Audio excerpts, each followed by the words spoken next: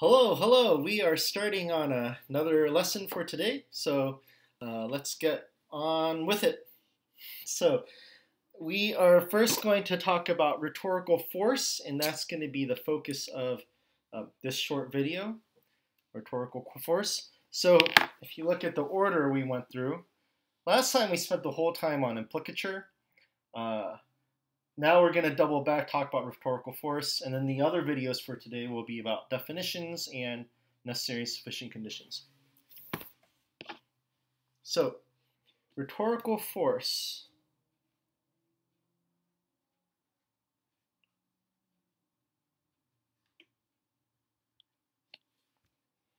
Okay. It's pretty straightforward. It's just the rhetorical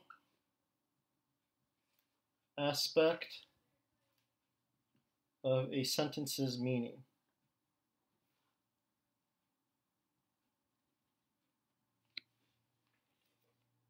It's pretty straightforward. So it's not part of the sentence's literal meaning, the actual proposition expressed by the sentence. It's other aspects that are rhetorical, meaning it's parts that are not part of the meaning that would sway people to be persuaded one way or another. All right, so now this is something we've just been talking about the last couple of weeks. So, and you know how rhetorical force is generated now. You might use a sentence that's vague, right? So like we use "Make America Great Again" or "We are for a change," right? Use vague sentences to sway people, normally emotionally. You might use implicitly relative sentences by not being clear which group or population you're relativizing your sentence to.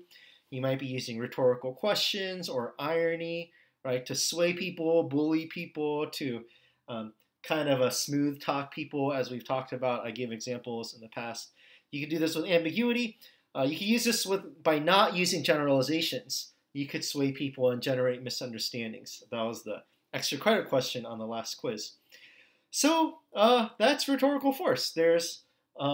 So all of those sentences will have rhetorical force in the examples I gave.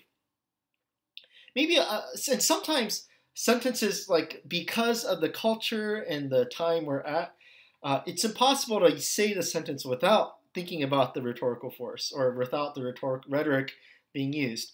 So take sentences like, before 20 years ago, they might have been more okay, but sentences like "all lives matter" or "black lives matter" or "blue lives matter" and so on, right?